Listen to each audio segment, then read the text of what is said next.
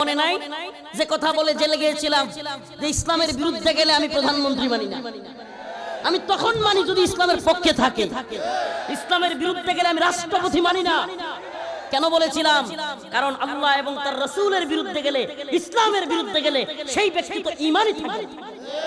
জুত পড়ি, মাঝে মাঝে বলে আমি কোরআন তিলাওয়াত করি, আবার কাজের বেলায় দেখা যায় গুলি করে সাধারণ মানুষকে মারে, আলেম উলামাদেরকে জেলখানায় নিয়ে বন্দী করে, ছোট ছোট ছাত্রদেরকে হেলিকপ্টার থেকে গুলি করে। এই হলো তাহাজ্জুদের নমুনা। ওয়াবিল ইয়াউমিল আখির ওয়া মা হুম বিমুমিনিন। আল্লাহ রাব্বুল আলামিন বলেন এরা মুখে মুখে ঈমানের কথা বললে ওয়া মা হুম বিমুমিনিন, প্রকৃতপক্ষে এরা ঈমানদার না। ইখাদিউন আল্লাহ ওয়াল্লাযীনা আমানু, আল্লাহ রাব্বুল আলামিন বলেন এরা মনে করে এরা মানুষকে ধোঁকা দিচ্ছে কিংবা আল্লাহকে ধোঁকা দিচ্ছে।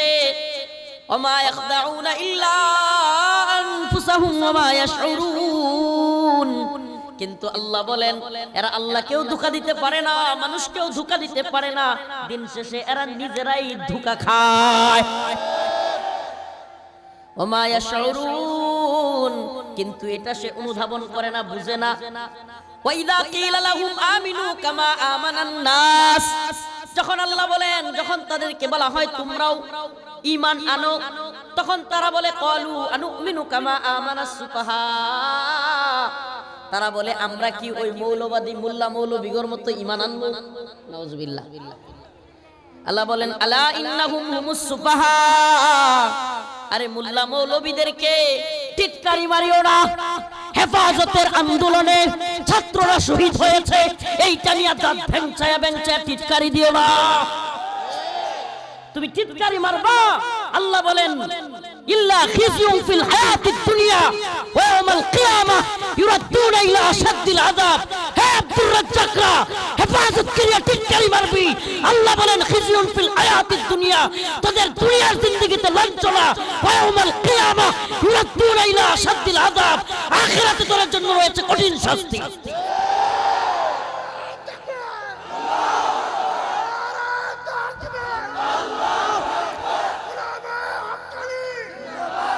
উলামায়ে কেরামকে নিয়া মাদ্রাসার ছাত্রদেরকে গুলি করে পাখির মতো শাপলা চত্বরে নির্মমভাবে হত্যা করে পৈশাচিকভাবে যারা উল্লাস করে, এদের চাইতে খারাপ মানুষ পৃথিবীতে হইতে পারে না। পৈশাচিকভাবে উল্লাস করে আপনাদের এলাকার ওই মিয়া শুনেন, দিন বুঝার চেষ্টা করেন প্রিয় ভাইরা, দিন বুঝার চেষ্টা করেন, ঈমান কাকে বলে সেটা বুঝার চেষ্টা করেন। আজকে আমরা কোন দলের মৌলবী না, পকেট বাড়ি আর পেট বাড়ি করার ধান্দাবাজ মৌলবী না। যে যেই দলের হোক, হক কথা বলতে আমরা ন্যূনতম পিছপা হই না। এই সরকার আর ওই সরকার না মনে করিয়েন না যে হুজুর মনে হয় এখন খালি ওই সরকারের না, ইসলামের বিরুদ্ধে যেই যাবে আমরা তাদের বিরুদ্ধে। শুধুমাত্র তাই না, আমার বাবাও যদি, আমার ভাইও যদি ইসলামের বিরুদ্ধে কথা বলে আমি তাকেও বিরোধিতা করব। এটা হলো ঈমানের দাবি। কেন মনে নাই যে কথা বলে জেলে গিয়েছিলাম যে ইসলামের বিরুদ্ধে গেলে আমি প্রধানমন্ত্রী মানি না। আমি তখন মানি যদি ইসলামের পক্ষে থাকে, ইসলামের বিরুদ্ধে গেলে আমি রাষ্ট্রপতি মানি না। কেন বলেছিলাম? কারণ আল্লাহ এবং তার রাসূলের বিরুদ্ধে গেলে, ইসলামের বিরুদ্ধে গেলে সেই ব্যক্তি তো ঈমানই থাকে। আমি তাকে কেন মানব? মুসলমান আলেম কিভাবে একজন ঈমানদার আল্লাহর বিরুদ্ধে গেলে তাকে মানে? এই কথাটা ভালোভাবে আপনাদের এলাকার যেহেতু, এজন্য আপনাদেরকে একটু ভালোভাবে বোঝানোর চেষ্টা করি। তাকে পছন্দ করেন, তার দলের লোক হইতে পারেন, আপনি হইতে পারেন, কিন্তু আপনার কাছে আমার একটা মেসেজ, একটা পয়গাম, প্রিয় ভাই একটু বুঝবার চেষ্টা করেন। দ্বীনের বিরুদ্ধের লোক কখনোই আপনার লিডার, আপনার নেতা হইতে পারে না। ইসলামের বিরুদ্ধে, আলেম উলামাদের বিরুদ্ধে যারা যায়, দাঁত ভেঙচায়া ভেঙচায়া যারা ইসলামের বিরুদ্ধে কথা বলে, আল্লাহ পাক এদের জন্য, আল্লাহর কুরআন বলতেছে ইল্লা খিজিউন ফিল হায়াতিদ দুনিয়া, দুনিয়ার জিন্দেগিতে এদের জন্য লাঞ্ছনা, ওয়া ইয়াউমাল কিয়ামাহ ইউরাদ্দুনা ইলা আশাদ্দিল আযাব, আখিরাতে এদের জন্য রয়েছে কঠিন শাস্তি। আল্লাহর শাস্তি তো আছে, দুনিয়ার লাঞ্ছনা শুরু হইছে না? কথা কন না? এরা বলবে হুজুর আমাদেরকে এখন জেলে আসি বলে মজা নিচ্ছেন, আপনারাও তো জেলে ছিলেন। আমি বলি হ্যাঁ কথা সত্য, তা আমরা জেলে ছিলাম, আল্লাহি কসম করে বলি দেশবাসীর ভালোবাসা পেয়েছি।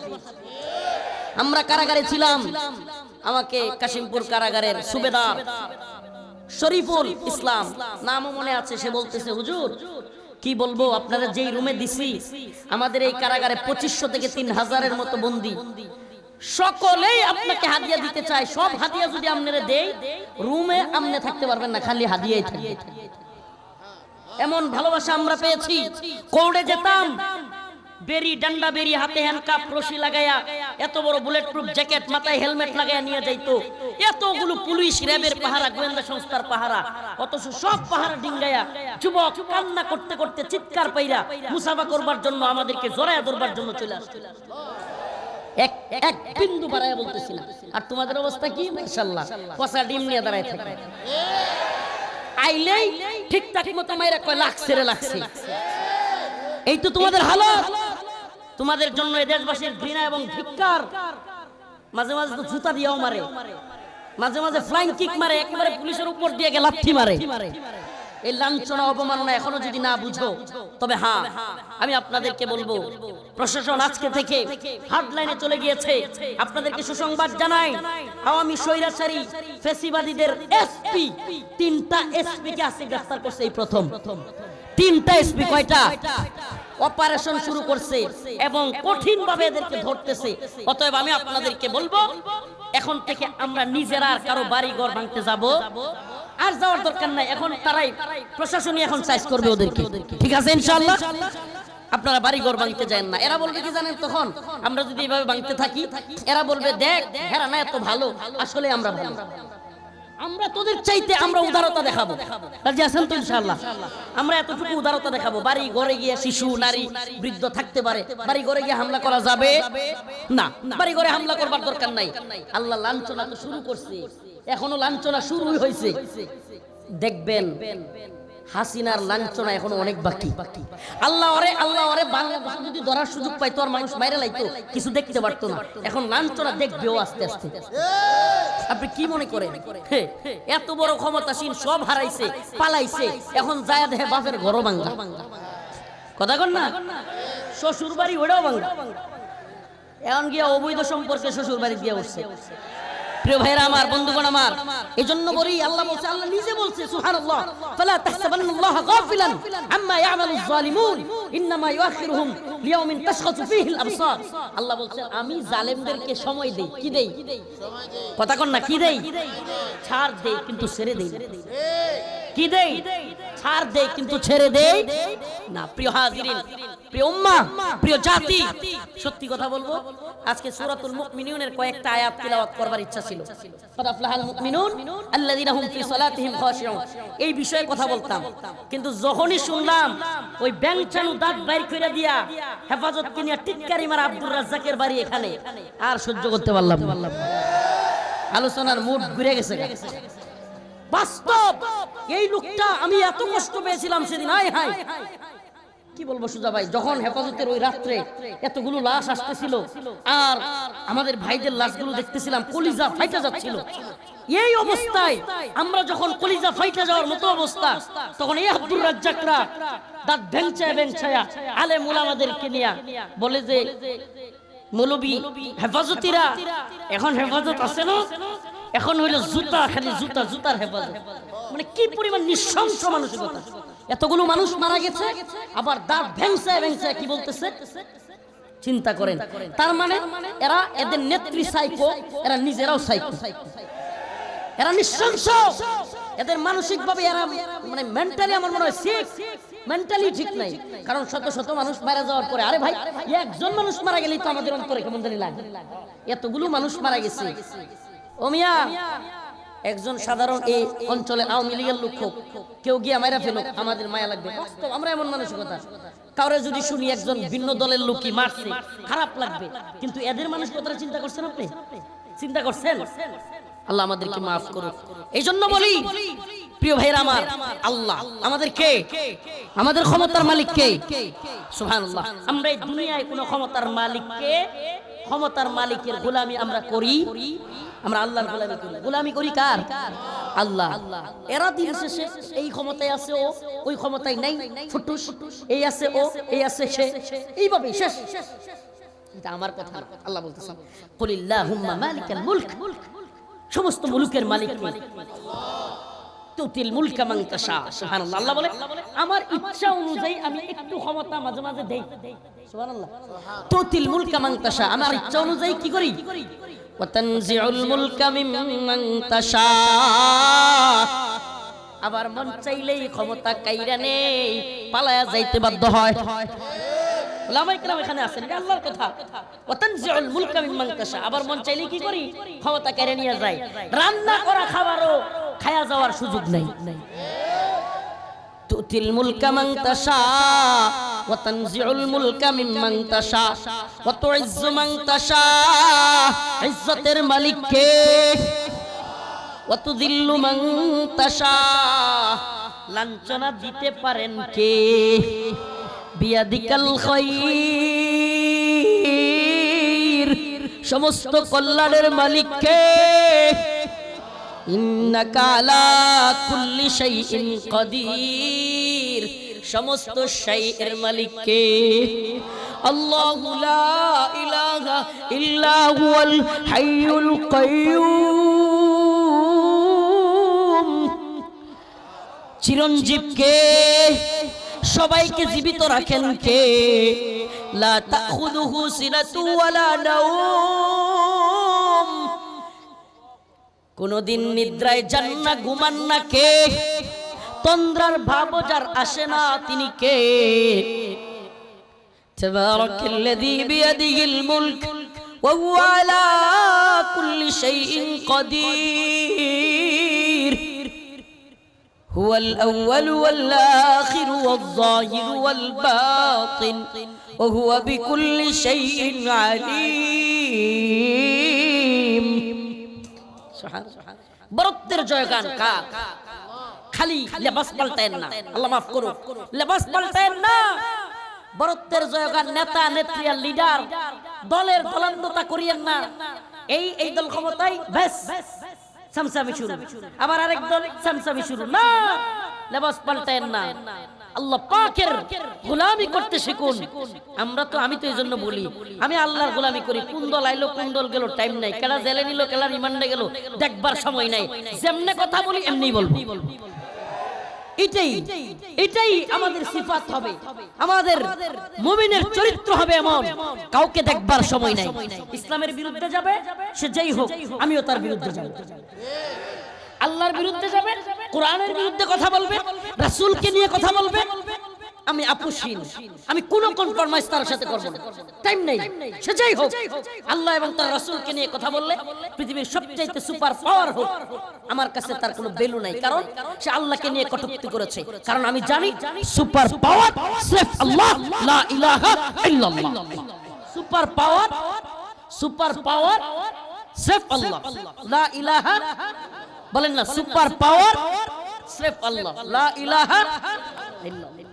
সমস্ত সুপার পাওয়ারদের সুপার পাওয়ার কে? সুবহানাল্লাহ। ইন্নাল্লাযীনা তাদউনা মিন দুনিল্লাহ লা ইয়াখলুকু যুবাবা, আল্লাহ বলেন ও বান্দা, ও মানুষ, তোমরা আল্লাহকে বাদ দিয়া যাদেরকে ডাকো, লা ইয়াখলুকু যুবাবা, এরা তো একটা মশা মাছি বানানোর ক্ষমতাও রাখে না।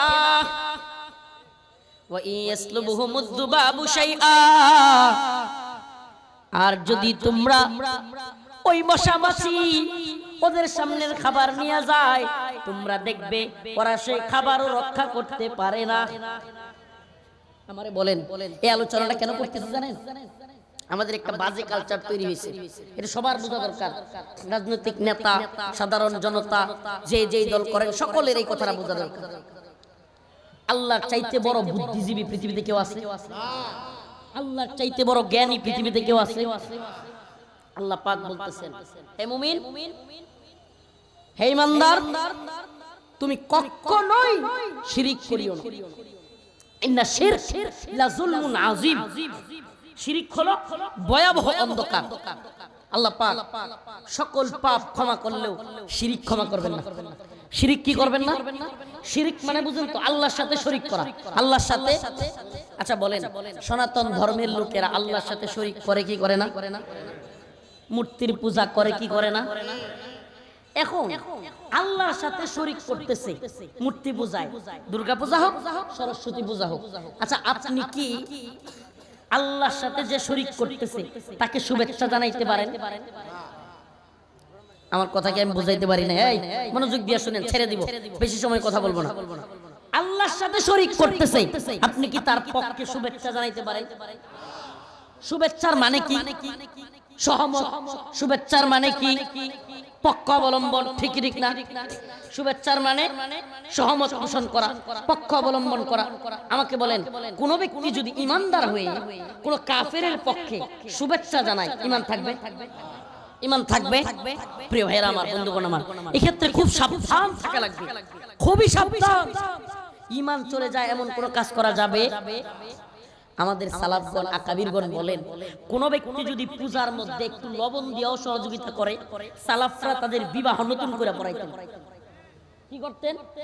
কারণ আবারও ভালোভাবে বুঝবেন, অনেক বিধর্মী ভাইরা বা বিধর্মী যারা অন্যান্য ধর্মের তারা থাকতে পারেন, বলবে হুজুর এগুলো কি বলতেছে।